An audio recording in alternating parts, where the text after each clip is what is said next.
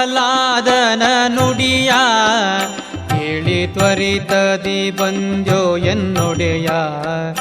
ಏನು ಕರುಣಾಳು ಭಕ್ತರ ಬಿಡೆಯ, ಮೀರಲರಿಯನೆಂದೆಂದು ಕೆಂಗಿಡೆಯ. ಆಹಾ ಭರದಿಂದು ಗುಳುತ ಬೊಬ್ಬಿರಿದು ಬೆಂಬತ್ತಿ ಕರ್ಪೂರ ಕಶಿಪುವಿನ ಹಿಂಗೊರಳ ಪಿಡಿದೆ ಲಕ್ಷ್ಮೀ ನರಸಿಂಹ.